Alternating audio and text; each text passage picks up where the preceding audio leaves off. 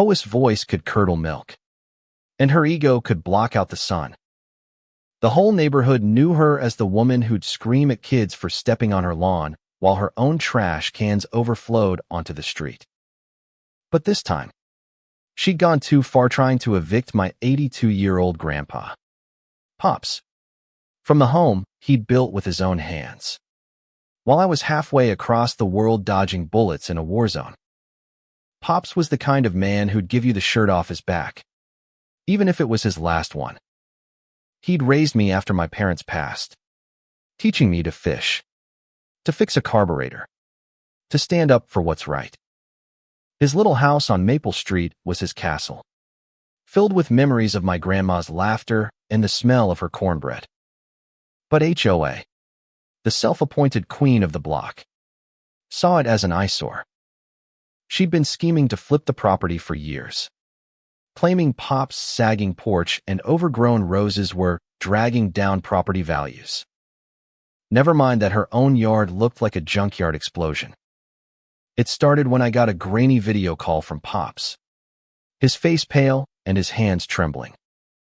I was stationed in a dusty outpost, my uniform stiff with sweat, when he told me Hoa had served him an eviction notice.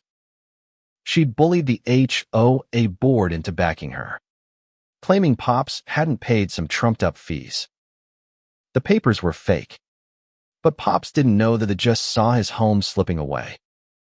My blood boiled, but I was 7,000 miles away. Powerless. Or so I thought. See, Hoa didn't know I'd come back stateside a month ago. And she definitely didn't know I'd been elected county sheriff while she was busy terrorizing the neighborhood. I'd kept it quiet, wanting to surprise Pops with the news when I got home. But Hoa's stunt changed everything. I flew back to Tennessee on the next plane, my heart pounding with a mix of rage and dread. When I pulled up to Maple Street in my unmarked cruiser, the neighborhood was buzzing. Neighbors whispered on their porches, phones out, filming Hoa as she stormed around Pop's front yard, yelling about vagrants and property laws. Pop stood on his porch, gripping his cane like a lifeline, his eyes wet but defiant. Hoa, all 300 pounds of her, loomed over him, waving a clipboard like a dictator's scepter. Her voice was a chainsaw. "This house is mine now. Old man, pack your bags." I stepped out of the cruiser, my badge glinting under my jacket. The crowd hushed. Hoa didn't notice me at first, too busy berating Pops. I cleared my throat. "Ma'am, step away from my grandfather." Her head whipped around, her jowls quivering. "Who the hell are you?" She spat, eyeing my civilian clothes. Then she saw the badge, and her face froze, like she'd just swallowed a lemon whole. "I'm Sheriff Caleb Holt," I said, letting the words hang heavy. "And you're trespassing on my family's property." The neighbors gasped. Someone dropped their phone. Hoa's mouth opened and closed like a fish out of water. She stammered, This is a legal eviction. I have rights." "Funny you mention rights," I said, stepping closer, "because I've got a few questions about those forged documents you served my grandfather." I pulled out the eviction notice, which I'd had my deputy run through the system. It was a sloppy fake, cobbled together with a bad photocopy and a forged signature from a lawyer who'd been dead for 3 years. Hoa's face turned the color of sour milk. She started backpedaling, literally and figuratively, her heels sinking into Pop's flower beds. "This is a misunderstanding," she screeched. "I was just trying to help the neighborhood." "Help," I said, my voice low but sharp. "You bullied an elderly man out of his home while his grandson was serving his country. You call that help?"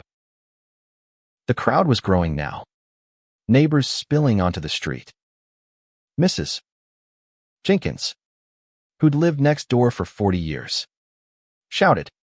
She tried to charge me $500 for lawn violations last month. Mr. Ruiz chimed in. She told my kids they couldn't play basketball because it was too loud. Hoa's reign of terror was unraveling, and she knew it.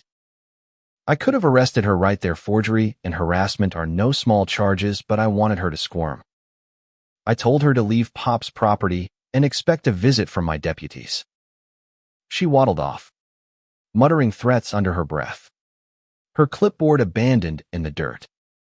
That night, I sat with Pops in his kitchen, the same one where he'd taught me to make pancakes when I was 6. He looked at me, his eyes tired but proud. You didn't have to come back for me, Caleb, he said. I'd have fought her off myself. I know you would have, I said, squeezing his hand. But you shouldn't have to. The next day, I dug into Hoa's schemes. Turns out, she'd been running a racket for years, extorting neighbors with fake fines, forging documents to scare people into selling their homes cheap, then flipping them for profit. She'd targeted Pops because he was old, alone, and vulnerable. Or so she thought. I called in a favor from a friend at the DA's office. We built a case, piece by piece, with statements from neighbors who'd been too scared to speak up before. Hoa's empire of petty tyranny was crumbling, and she didn't even see it coming. A week later, I got a call from my deputy. Hoa had been spotted at a county board meeting, trying to rally support for her eviction campaign. She was in full Karen mode, shouting about her rights and property values. I decided it was time to end this. I walked into the meeting, my sheriff's uniform crisp, my boots clicking on the floor. The room went silent. Hoa was mid-rant, her face red, her arms flailing. She saw me and froze, her voice trailing off into a squeak. Mrs. Nguyen, I said, using her real name for maximum effect. You're under arrest for forgery, fraud, and harassment. I read her rights as my deputy cuffed her. The crowd erupted in whispers, then applause. Hoa's eyes darted around, looking for an escape, but there was none. She'd built her own cage, one lie at a time. As they let her out, she screamed, "This isn't over. I know people." But the truth was, she didn't know anyone who mattered anymore. The neighborhood had turned on her, united by her cruelty. Pop's house was safe, and so were the others she'd targeted. In the weeks that followed, the community rallied around Pops. Neighbors brought casseroles, kids mowed his lawn, and Mrs. Jenkins even planted new roses in his garden. Hoa's house went up for sale. She couldn't afford the legal fees piling up. Last I heard, she'd moved to a condo in another county, where no one knew her name. Good riddance. I think about that day often. How close Pops came to losing everything.